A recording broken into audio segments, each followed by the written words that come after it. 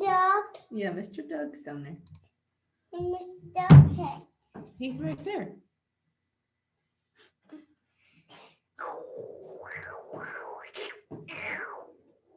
Look, there's Mr. Doug. You see him? Where'd you go? Come here. Look, he's waving at you. Wave at him. Where you going? Nope, that's Mom's. All right, I believe we're everywhere we're supposed to be. So we are about to get started in just a second. So just so everybody knows, we are, as soon as I get my PowerPoint going, we will begin our class.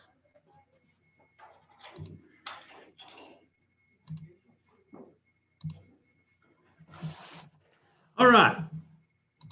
We are again in the book of Exodus. Appreciate everyone joining us here tonight and being out with us as we continue our study through the book of Exodus. We go tonight into the next chapter, which is Exodus chapter 8.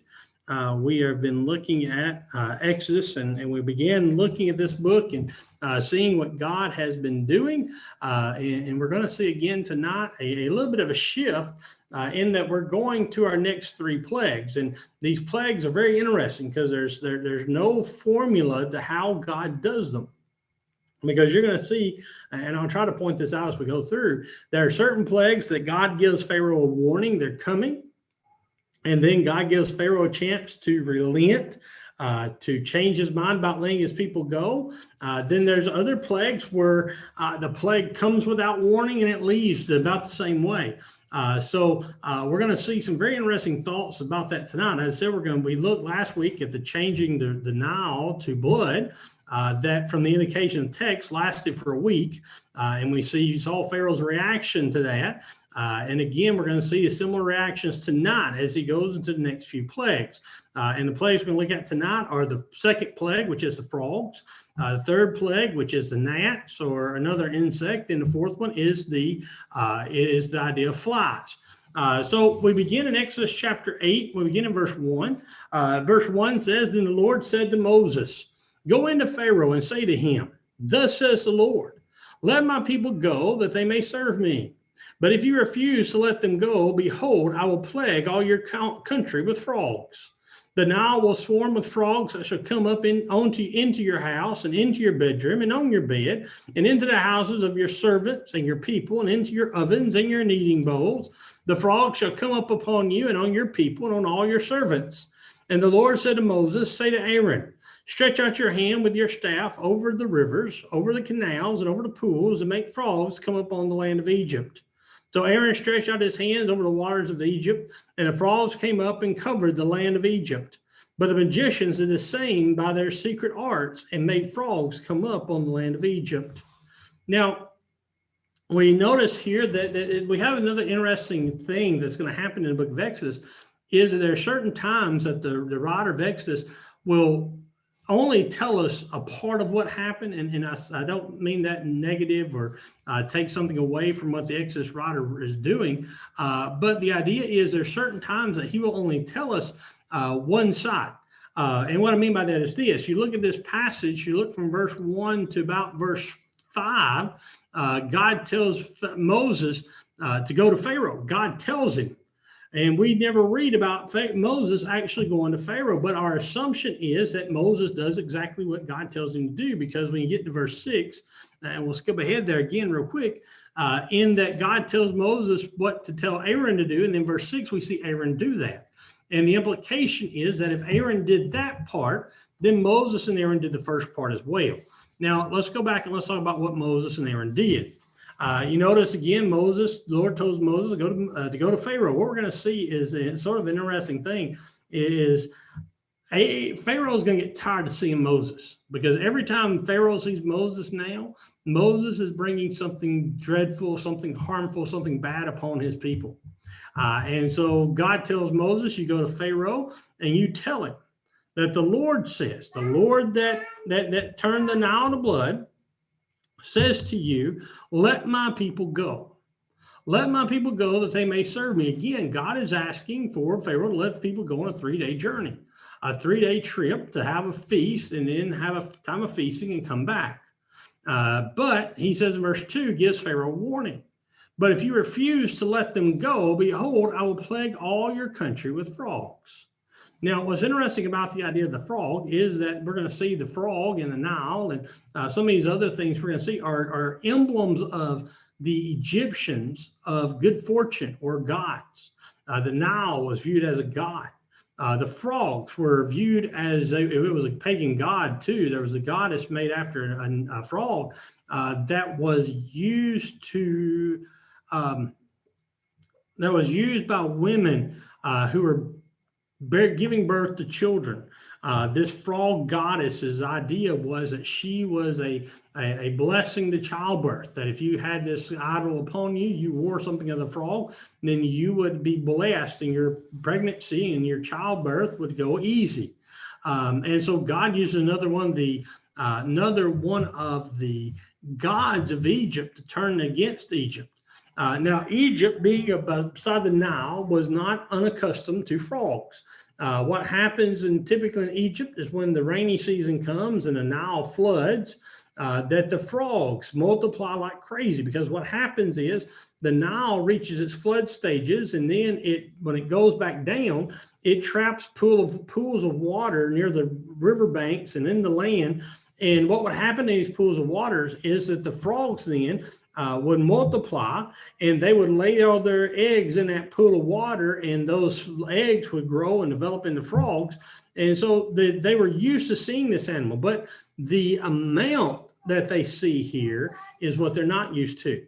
And so you notice God warns them, I will plague your whole country with frogs. So basically what God's telling them, it's not just going to be the frogs on by the Nile. You're going to have frogs from one end of your country to the other. And then you notice what he says in verse 3, the Nile shall swarm with frogs. And the idea there, swarm, we're going to see that 2 or 3 times tonight. The idea of swarming is just an overabundance, an overwhelming, overtaking amount that's going to come out. And then you notice they're going to come out, and they're going to come out of the one Nile, and they're going to come up into your house, and then into your bedroom and on your bed and in the houses of your servants and your people. Basically what God says is these frogs are going to come in and they're going to get everywhere. They're going to be in your house. You know, that's all. Number one, that's a pretty maybe unnerving thing to think about, is to have a swarm of frogs in your house. You know, sometimes you get one in a house. It can be difficult trying to get it out. But can you imagine these swarms of frogs that they just overwhelm your house? And then not only they overwhelm you in the house, they get into your bedroom. They go into your house, then into your bedroom, and then in your bed. And you know, frogs are not the cleanest of animals. They're going to make a mess. And then not only that, they're going to be everywhere they are. They're going to be in your ovens and in your kneading bowls. What this is this going to disrupt the way they do food. Because the frogs are going to be in their pot, in their pots, their clay pots that they would use. Now the ovens and kneading bowls were both used to make bread. That was typically all they put in the oven was bread, to make bread. And so God's going to hinder, he's not going to stop, he's going to hinder that creating this bread. And the ovens they built were basically clay boxes that were either above the ground, or some was actually built into the ground that they would have to put their bread down in and pull it out. And so the frogs are going to be a huge hindrance here. The frogs are just going to be everywhere. And then you notice they shall come up upon you and on your people and on all your servants. That, you know, when I read that verse, I always think about the image we always have of kids. I think of kids at camp or kids in movies. I remember growing up, if you've got that one brave kid who's brave enough to pick up a frog and he runs after a girl or woman or even sometimes another boy, what do people do? They run away from frogs. So we don't like frogs, to be honest. And here God tells them these frogs are going to come out of the Nile. They're going to swarm your house. They're going to get on you. They're going to be on you. And again, they're probably going to be on you when you go to bed. When you lay down, they're going to overwhelm you. And then God tells Moses, this is what you're going to do. He says, say to Aaron, Stretch out your hand with your staff over the rivers and the canals and over the pools. And basically take your staff and hold it over all the waters of Egypt. Then again, this doesn't mean literally, but figuratively. He's going to hold it over the Nile and over the pools. And basically, he says that this is going to spawn the frogs. The frogs are going to come out and come upon the land of Egypt. Then you notice verse 6. So Aaron stretched out his hand over the waters of Egypt, and the frogs came up and covered the land. Again, these frogs just swarmed. And again, you can't imagine what kind of a nuisance that would be. Again, this isn't harmful, but it's a nuisance. It is a nuisance to the Egyptians. It's also a nuisance to the Israelites. Then you notice verse 7. The magicians come here and they copy this plague again. They they make frogs come up as well. Now, again, their frogs don't swarm. Their frogs are not as many.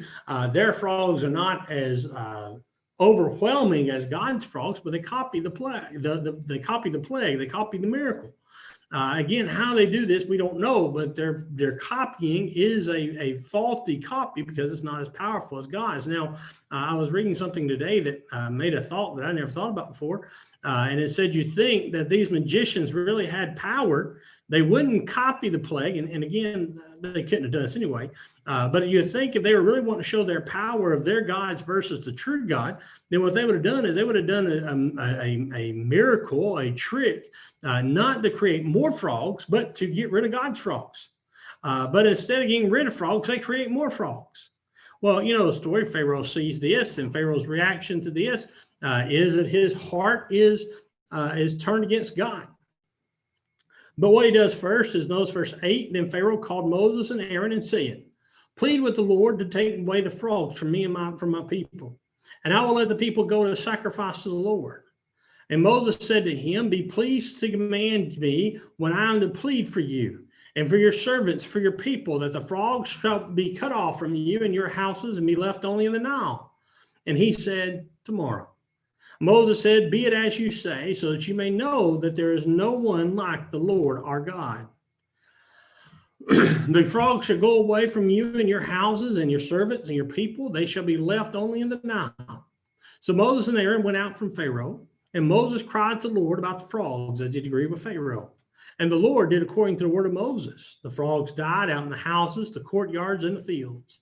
And they gathered them together in the heaps, and the land stank. But when the Pharaoh saw that there was a respite, he hardened his heart and would not listen to them, as the Lord had said. So notice what happens is Pharaoh sees the frogs, and they're becoming such a nuisance that he calls for Moses and Aaron to come to him. And Moses and Aaron come, and he begs them, he pleads with them to go, or tells them to go and plead with your God to take away the frogs, to let the people, to let my people be free from this plague, and you can go sacrifice to this God. That's what you want. You go sacrifice to him. Just let my people out of this. And then you notice that Moses in verse 9, now the way this is worded in the ESV is a little strange, but what Moses is basically saying here is, Pharaoh, tell me, command me when I am to plead for you. Basically saying, when do you want the frogs gone? Now Moses does this for a very important reason. Moses wants this to know in verse 10. Moses wants to tell Pharaoh, you tell me when to tell the frogs, tell God to quit the frogs, so that when you tell me a time to quit the frogs, and that time comes, there's no doubt that God is the one who caused it. And so this is what happens to Pharaoh. This is what Moses says. Tell me a time you want me to plead for you and your people, and that the frogs will be cut off from them and be only left in the Nile. Tell me when you want this done. And then you notice he said tomorrow. Now, most people think that probably in verse 8, Pharaoh probably called Moses maybe at night. And so he tells him that at night or in the afternoon or evening to call on his God that night and let it happen tomorrow. And then you notice verse 10, we're talking about just a minute ago, Pharaoh says, or Moses says, be it as you say. Okay, you say tomorrow, the frogs will be gone tomorrow. And he says, this is going to happen tomorrow so that you can know that there's no one else like the Lord our God. And then you notice again, the frogs shall be gone and only be left in the Nile, basically left where they belong. And then they go out, and you notice verse 12, Moses and Aaron go out, and Moses cries to the Lord about the frogs. He does what Moses or Pharaoh had agreed with him to do. And then you notice verse 13, and the Lord did according to the words of Moses. Now, it's very interesting here that we have this reverse. We're going to see this a couple of times in this chapter and in chapters to come, is that it is usually Moses did as God commanded, but here God did as Moses asked. God is doing this for Moses. Now, we know God and his foreknowledge and God and his understanding. God knows what Pharaoh's going to do. God knows that Pharaoh's going to change his mind and rehash on this and go back to where he was. And he's not going to let this happen. But God takes away the frogs anyway. But God took away the frogs, but it's not the way that Pharaoh, imagined he was going to take away the frogs. Because notice verse 13. Basically, what happens is the frogs die.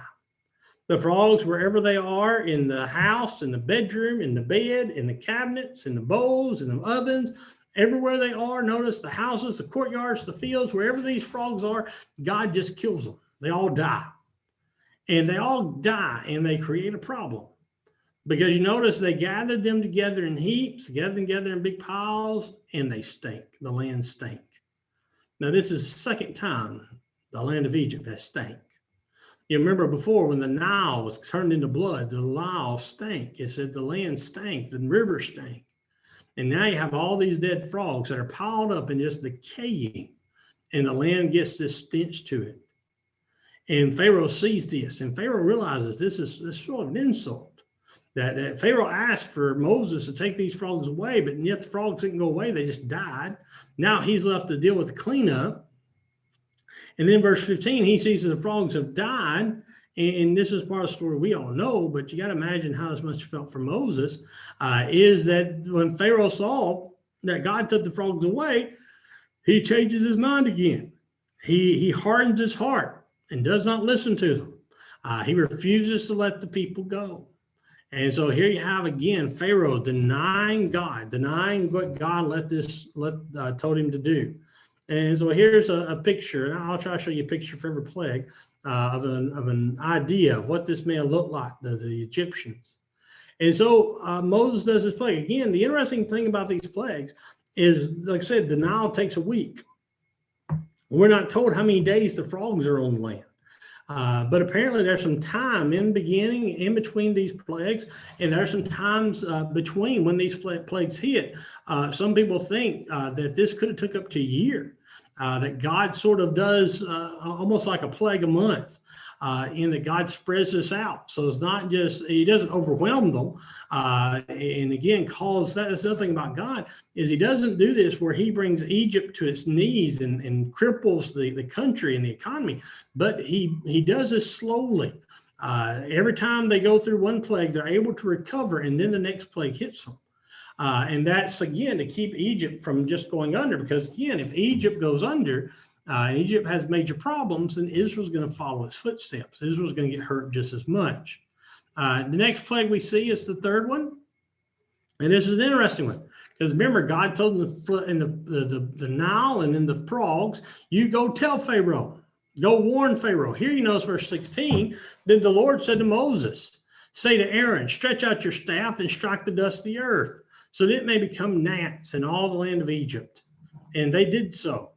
Aaron stretched out his hand with his staff and struck the dust of the earth, and there were gnats on man and beast.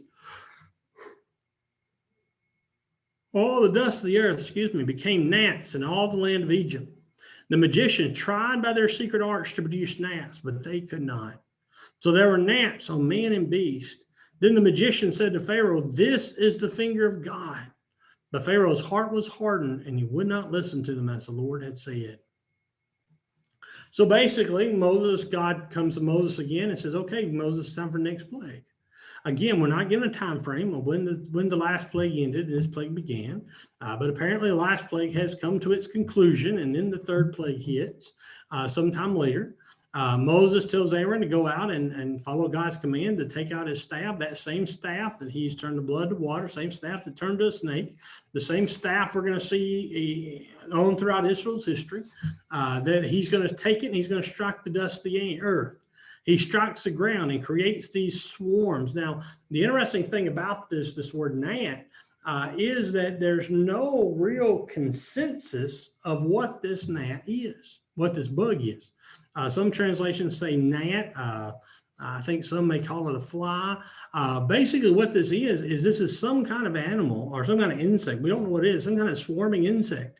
What's interesting to me, and we may relate to this, is I was reading some commentary today about it, and some people think that there's a possibility that the gnat they're talking about here is not just a gnat that's a pest, but a gnat, an insect that just pests you and bothers you, not to hurt you, but this could very well be mosquitoes.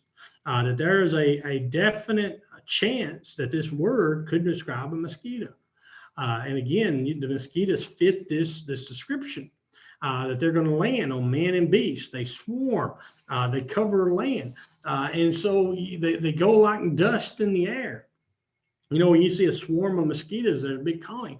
You can see these big swarms just coming. And so there's a good possibility that this may be what you're talking about. No matter what insect it is, this is some kind of insect that is causing disruption to the Egyptian life.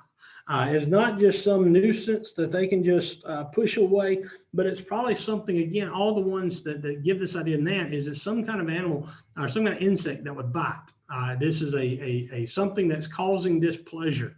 And you can imagine it's being swarmed with mosquitoes. You know, we sometimes talk about how bad it is here during the summer. You go outside and sometimes even later in the summer. Can you imagine a land that just the dust, it looks like just the dust, is swarms of mosquitoes and trying to find relief from them. And then in this plague, verse 18, we see these gnats begin to swarm the entire land of Egypt. The magicians tried to copy this plague, but they can't. They cannot copy this. They tried and they tried and they tried and they failed. And what happens is that because they can't produce it, they come to Pharaoh in verse 19, and they say to Pharaoh, this is the finger of God. This is the finger of God. This is a true God acting. We can't copy this. This is not a trick. This is a real miracle. And they admit to Pharaoh that what they're seeing, what is happening, is beyond their power. That sort of risking the magicians of admitting that there was something they couldn't do. But they begin to tell Pharaoh. It's very interesting. Their description of this as the finger of God, because remember, God tells Moses that he will lead them out with a strong hand, that Pharaoh, he'll make Pharaoh drive them out, and he'll be with a strong hand. And again, the finger is right there with that. We see this imagery of God, his hands, his fingers being used, even on Mount Sinai for the Ten Commandments, that idea of writing it with his finger. And so they begin to tell Pharaoh, basically, look, you're dealing with a God. You're dealing with something beyond our control. You need to listen to him. But Pharaoh's reaction instead is that his heart was hardened. He continues to not allow his heart to be molded, touched, to try to sympathize with what's going on. And again, you notice that his heart was hardened and he would not listen to them. Now, them as magicians, the magicians are saying, look, this is a God. You need to let him obey him. You need to follow him. You're not going to win this fight. But Pharaoh hardens his heart, refuses to listen even to his own men, even to his own advisors. And so this tells us a very interesting, very important idea. And again, this is, again, that idea. Lice was another one that they sort of described this as being. Again, the lice and the gnat, I forgot to mention this, are insects that they think would have been ones who would go inside the nostrils and go inside your ears.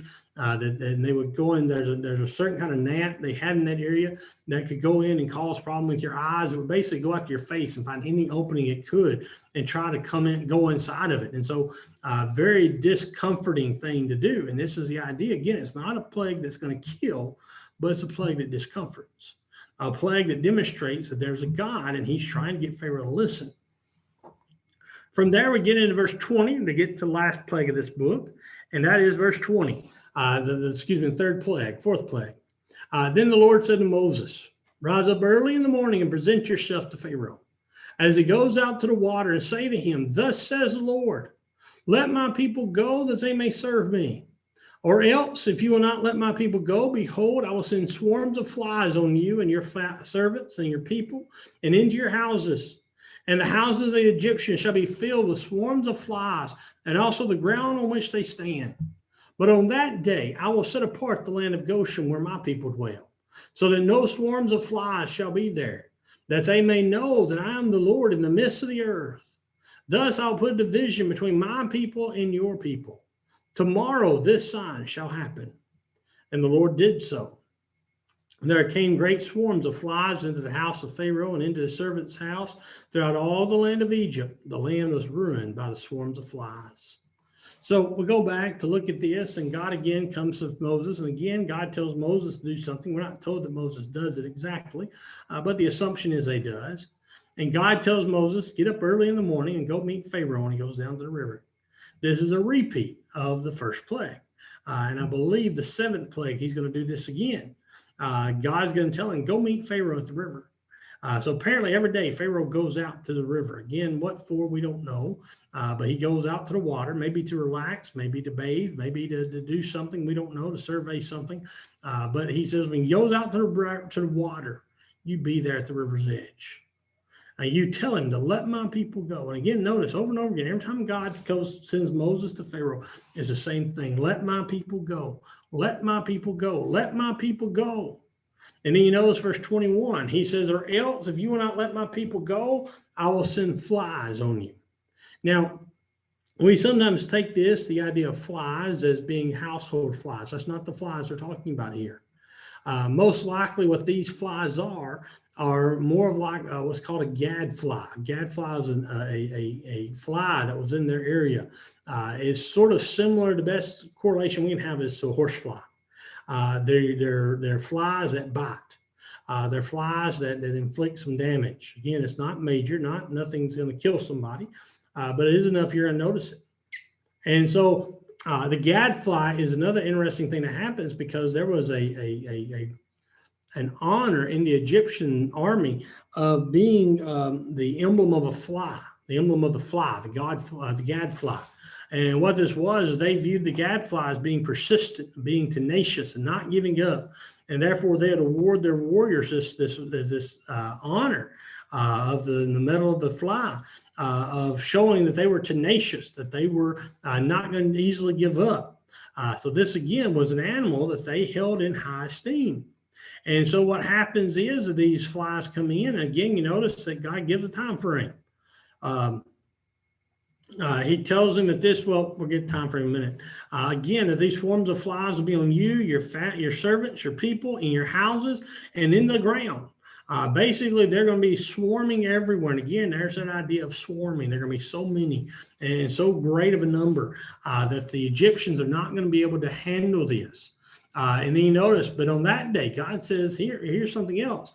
I'm going to send these flies, but now I'm going to separate my people. It's very interesting that for the first three plagues, God doesn't seem to differentiate Goshen from Egypt. And I think there's a reason for that. I think that God does this in this point to teach the Egyptians that he is God, but also to teach the Jews that he is God. If they have any question, any doubt that this God is their God, he's going to show it now. Because now the land of Goshen, the land where they live, is going to be free of this plague. And everybody's going to notice it. It's not going to be something that's going to be hidden. Everybody's going to see it. And everybody's going to realize that their God, the God of this land, is going to be the God that's doing this. And then he says, I'm going to do this that there be a division between your people and my people. And then he says in verse 23, he says, tomorrow this sign will happen. God gives a time frame. God says tomorrow, just like he did earlier with the frogs when Moses said, you tell me when you want the frogs gone. And Pharaoh said tomorrow. God, he says, this will happen to show you who God is. God here says tomorrow, this will happen. And then verse 24, and the Lord did so. The Lord did just as he promised Pharaoh he would do. And again, great swarms of flies came into the house of Pharaoh, in his servant's house, for all the land of Egypt. And all the land was ruined by the swarms of flies. There were so many, they were just overwhelmed. There were so many that were present. And again, these were the gadflies, and the most Bible theologians think it is. This would have been a fly that's not just a pest, not just a nuisance, but a pest. It would have caused some kind of damage when it bit people, and it would just be everywhere. You know, when we have horse flies around, horse flies are one thing we want to avoid because we know they can get you pretty good. That's going to be as gadflies are, and again, they're swarming. They're everywhere. The earth, Egypt is just covered with these flies. And so what we see next is this is a picture. This is actually a picture of a swarm of these gadflies that was caught later on in, I think about the 50s or 60s in Egypt, maybe later than that. But this is, again, what that would have looked like, the swarms of these flies. And again, this was not something unusual to Egypt that these swarms would happen, but it's the amount they were. They were more than they usually were. So let's see what Pharaoh does in reaction to this. In verse 25, Pharaoh called Moses and Aaron and said, "Go sacrifice to your God within the land." But Moses says, "It will not be right to do so, for the offerings we shall sacrifice to the Lord our God are an abomination to the Egyptians. If we sacrifice offerings abominable to the Egyptians before their eyes, will they not stone us? We must go 3 days' journey into the wilderness and sacrifice to the Lord our God as he tells us." So Pharaoh says, "I will let you go to sacrifice to the Lord your God in the wilderness. Only you must not go very far away. Plead for me." Then Moses said, "Behold, I'm going out from you, and I will plead with the Lord that the swarm of flies may depart from Pharaoh, from his servants, from his people tomorrow. Only let not Pharaoh cheat again by letting the people go to sacrifice to the Lord." So Moses went out from the Pharaoh and prayed to the Lord. And the Lord did as Moses asked, and removed the swarms of flies from Pharaoh and from his servants, from his people. Not one remained. But Pharaoh hardened his heart this time also, and did not let the people go. So we get the very interesting thing that happens in the fourth plague. Pharaoh is beginning to get worn down by this. Pharaoh begins to compromise. Pharaoh calls Moses and says, "Okay, you want to go a 3 days journey to sacrifice your God? Here's what I'm going to do. I'm going to let you have your feast. You can have your time of having a celebration, but you're going to do it in the land of Egypt. You're not going to go anywhere." But Moses says, no, we can't do that. Moses says we can't do that because the offerings we're going to offer to our God, the sacrifices he wants, are abomination to the Egyptians. Now, what was abomination to the Egyptians? It could have been a few things. Number one, some people think it could have been the way, if we see it in the book of Genesis, of how the Egyptians looked down upon shepherds and sheep, that maybe the offering of sheep and the sacrifice would have been an abomination to the Egyptians. They didn't like the sheep. The second possible reason is that they could have been offering cattle. And to the Egyptians, cattle were sacred animals. They were gods. They were like gods. And so the cattle, if they offered a cattle, it would have been an abomination to them. Or it could have been the way they sacrificed it, the way that they had to just to cut the animal, bleed it, and cut it open and put it on the altar. There was something about what the Israelites were going to do that Moses knew the Egyptians weren't going to be happy with. And again, this seems to be a legitimate concern because he says that if we do this, if we offer sacrifices to our God in the way we're commanded to offer them, you and your people are going to be offended. And if you're offended because they're an abomination to you, notice what he says they're going to do. He says, will they not stone us? Won't they come at us? They're going to kill us. They're going to destroy us. No, he basically says we can't go. He says we've got to go 3 days into the wilderness, get away from y'all, and then we can have this feast and sacrifice to our God so that we don't have to worry about the fear of y'all being here. And the other idea is that Moses doesn't want to sacrifice in this land of Egypt, in the pagan land. He wants to go into the promised land, or go into the in between the promised land into a neutral land. And then you notice that in verse 28, Pharaoh says, okay, well, here's what you can do. He makes a second compromise. He says, you can go into the wilderness to worship and to serve your God, to sacrifice your God, only don't go very far away. You're not going to go as far as 3 days. You're not going to travel 3 days out. Basically, remember, 3 days is about 15, 20 miles a day. So you're not going to go 50, 60 miles out, but go about 5 miles out. Let's just say about there. You're not going to go that far away. You're going to get out of the land of Egypt, and you're going to go a little bit further out, and then you're going to sacrifice to your God. And then he says, I'll let you go a little bit out of the land of Egypt and do that, but plead for me that we can get rid of these flies. Now, some people will ask a question here. is that if Pharaoh had let the people do this right now, without knowing what we know next, if Pharaoh would have let the people go without reneging, without trying to back out of his promise, what would God have done? Because remember, God told Moses not that he's going to take them to a feast or a little bit out of land, but God's going to save them. God's going to take them out of this land forever. And some have asked, well, what would Moses have done? But again, that's more of a hypothetical situation, because we know that Pharaoh's not going to listen. We know that Pharaoh's not going to obey God. He's not going to obey Moses. He's not going to listen to him. And therefore, he's going to do what he wants to do, and he's going to do it how he wants to do it. And so this is the idea of Pharaoh trying to compromise, but God knowing in his omnipotence and omniscience that he knows what Pharaoh's going to do. He knows what Pharaoh's made up his mind to do, and what Pharaoh has decided to do, and how Pharaoh's going to react. But he tells Moses, plead for me again.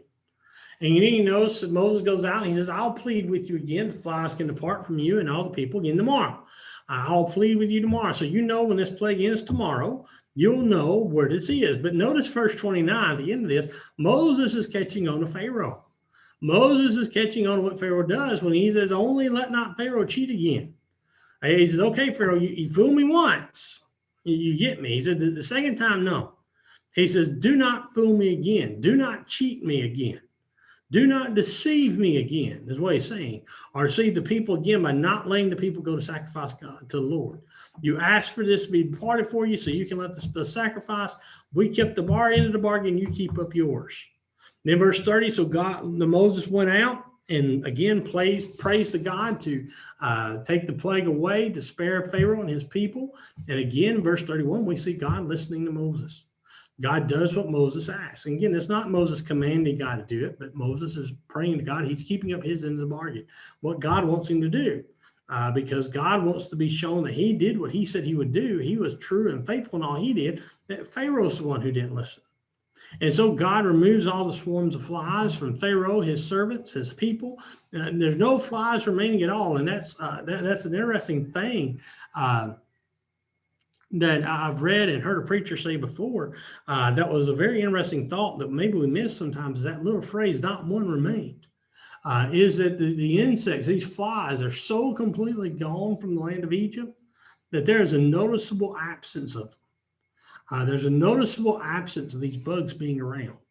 And I think that's, again, to prove that, hey, this is a complete and utter control of God. That these flies are gone from the land of Egypt. They're no longer going to be there. But then you notice verse 32, what we know happens. Pharaoh again hardens his heart, refuses to listen to Moses, and does not let the people go. And so this sets up this power struggle between Moses and God, or Pharaoh and God, and Moses is in the middle. Moses and Aaron are trying to get Pharaoh to let the people go. Pharaoh says, I'll let you go for a little bit, but then he changes his mind. Pleads to let this plague go from me, and then he changes his mind. Sometimes we see this and we think about, well, how did Pharaoh not learn his lesson? How did Pharaoh be so mean? Well, we see this all the time, don't we? How many times have we seen somebody get in trouble, do what they're not supposed to do, even a kid? How many times have you had a kid in your household who you tell them not to do something, they do it, they get in trouble, and they beg for you not to punish them, beg for you to get them out of it, to help me no matter what, to help me get out of this, solve this issue. I won't do it again if you'll let me out. And we see family do that all the time. They bend over backwards to get them out of trouble.